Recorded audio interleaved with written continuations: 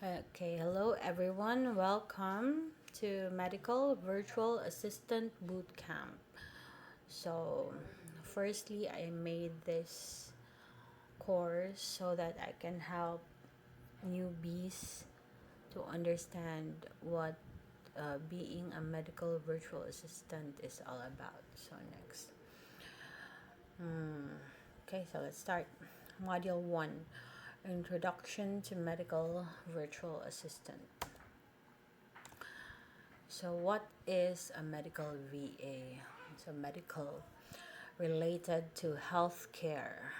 Anything related to healthcare. VA, virtual assistant, someone who works remotely to help with tasks.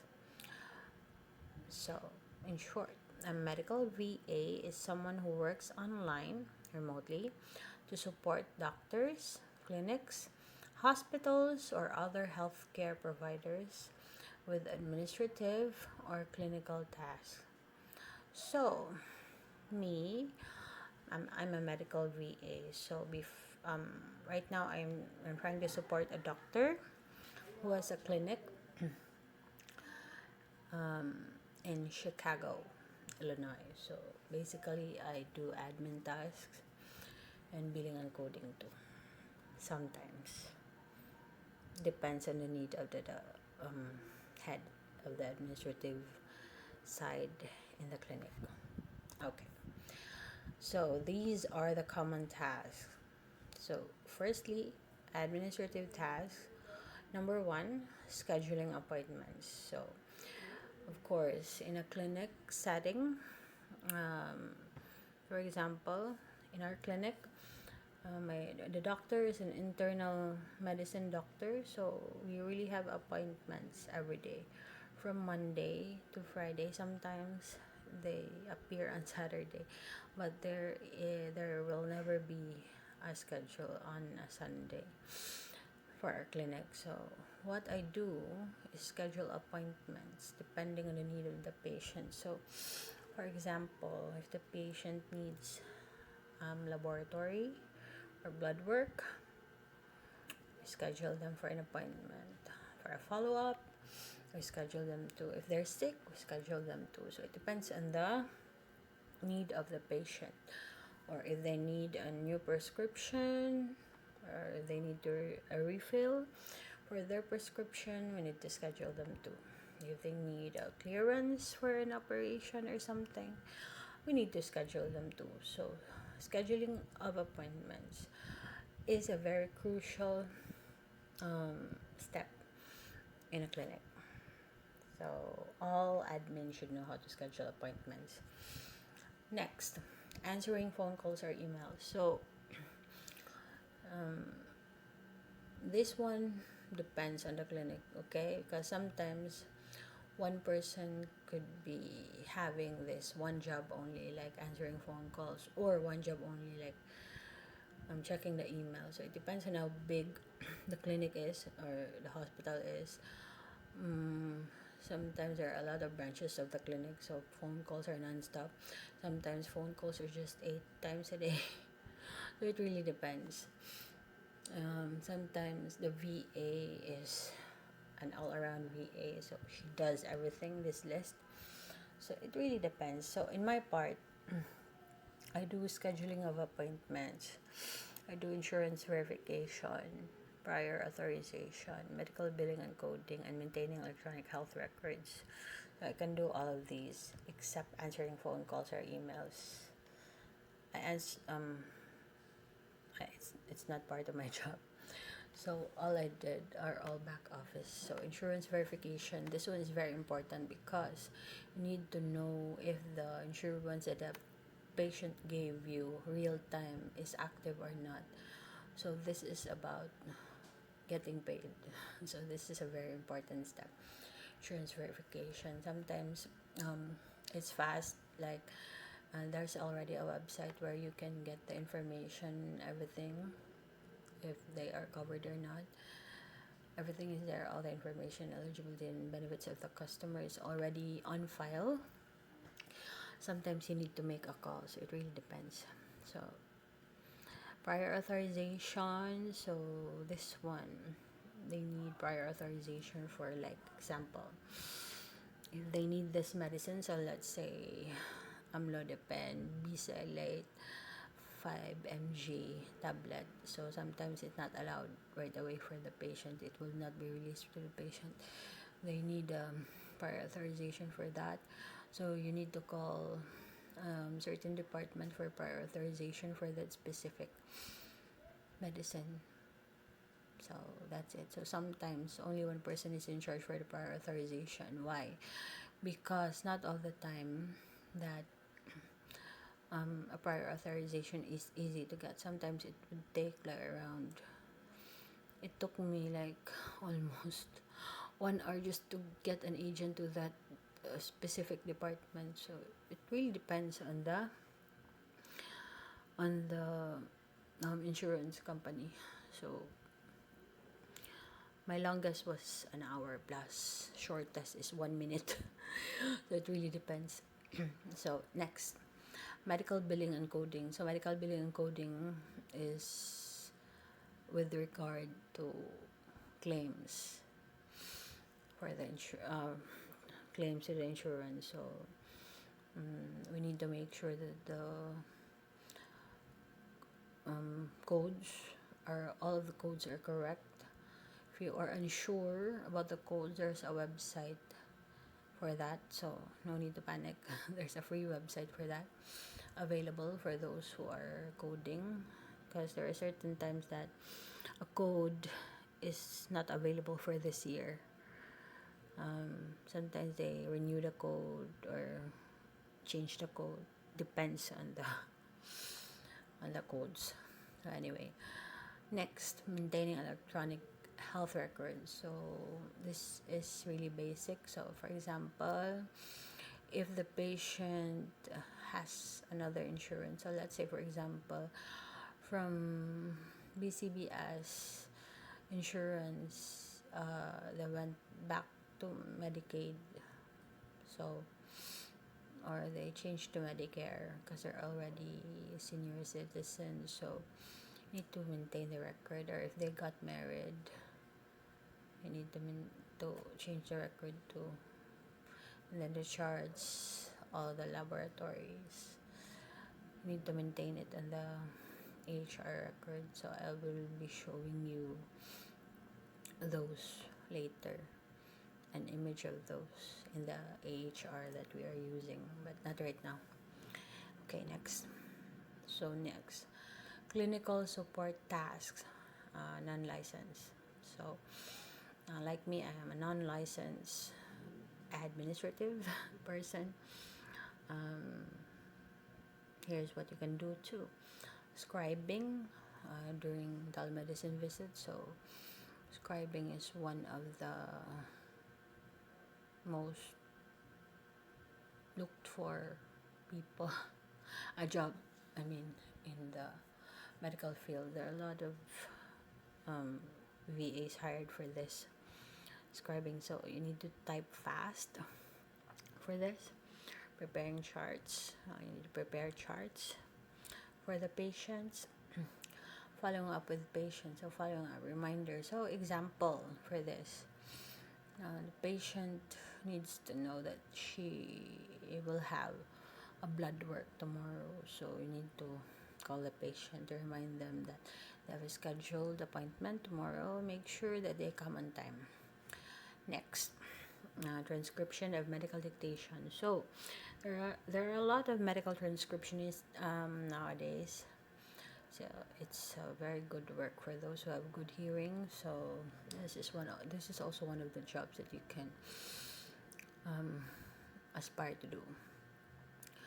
So next, the basic requirements of being a virtual assistant. The tools that you need are the following: laptop or computer, 8 GB RAM at least, updated antivirus and security software. Of course, we need this. High-speed internet, at least 10 Mbps, upload and download speed. No lower than that. Headset and webcam, of course, you need this as much as possible. It should have a noise canceling feature for the headset, so you will have clear calls Number two, webcam for virtual meetings and scribing. So at least 1080 HD, high definition. Next, software and apps. Of course, we need an email platform like google.com. Cloud storage, you can have Google or Dropbox. Video conferencing, Zoom or Teams. EMR system, that would be eClinical Works, Practice Fusion, Athena Health. There are a lot of examples for this. I'll discuss this one by one. Then project task management tools. So example, Asana or Trello, messaging apps like WhatsApp, Slack. So most of the doctors, well, my client doctor uses WhatsApp and Slack. Next, secure workspace is very important. You need a quiet environment with the privacy to handle PHI. PHI means protected health information. You'll know that when you listen to a video for HIPAA compliance. So HIPAA compliant practices of serving you as clients. So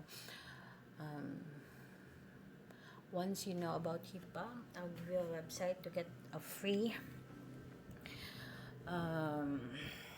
certificate for this. It has a watermark, but it's okay. Okay, so next, general, you need skills for to be a medical virtual assistant. So general skills, for example, excellent written and spoken English. Of course, you need to be good with this because you would be speaking with most of the clients are doctors and they speak English. Next, typing speed. Usually 50 words per minute is preferred. Yes, you need to type fast, really fast in the medical field because it would make your work faster. So just practice typing speed. Typingtest.com. Anyway, tech literacy. So you don't need to be an expert for the computer or new technologies. You just need to be comfortable in learning new systems. So just listen. You will understand it right away if you listen clearly. Next, strong organization and time management. Yes, this is very important. You need to organize your stuff on the computer and your mind too. It needs to be organized. Time management. Don't be late, please. This is very important. Healthcare knowledge. So often learned on the job or via short courses. So me, I am an IT graduate. I'm not a medical allied graduate. So I learned everything on the job, and I also bought a lot of medical books. I tried learning the medical terms too, so it's very important. I'll give you a copy if you want. Just tell me. Anyway, familiarity with insurance processes. So verification, authorizations, this is very important with insurance. I will discuss that later in depth. Knowledge of billing and coding basics. It's not, you don't need to be an expert in these. Sometimes you can refer to a certain website. You will be able to see because not actually it would be good if you have a knowledge in this, but if this is not your focus, if you're not applying as a biller or billing coder, you don't need to know this. But if you're applying this, at least have a read or a video watching for these types of lessons. But there's a certain website that is very updated that you can refer to, and also it depends on the EHR or EMR that you will be using, because sometimes it's already there. You just need to type the type of sickness or the codes, basic codes that the doctor was saying, and it will appear. You just need to choose it. I will show it to you later. Next, soft skills, confidentiality and professionalism. This doesn't need an explanation. Attention to detail. So, of course, you need to be very attentive, especially in the demographics. It is a very serious issue if you get this wrong. Make sure the spellings are correct, birthday is correct, everything should match because it will hinder you from being approved for the claims, which means a loss in money. Okay, so next, empathy and good patient communication. Empathy and good patient communication, you need to empathize with your patient, especially if you're taking calls or answering emails. You need to know how to communicate with the patient so that they keep coming if they need to see a doctor. And then, ability to multitask. So, need to do multitasking. I think this is a general requirement as a VA. Optional credentials and training. HIPAA certification, there's a free website for that. Actually, there are 2 websites that I know of. I'll give it to you later. And then medical VA training courses, like what I'm doing right now. Or if you're not, if you want more training with other coaches, you can do that as well. I don't know how much they charge for it, but you can do so with them. Prior healthcare admin or customer service experience. It depends on the person. Sometimes if you have a customer service experience in the BPO industry, it would be you would be able to get things faster if you already have an experience in BPO, because believe it or not, the systems will be somewhat the same. You will be able to understand right away if you've already tried being a call center agent. Anyway, so that's the end discussion for module 1. Bye for now.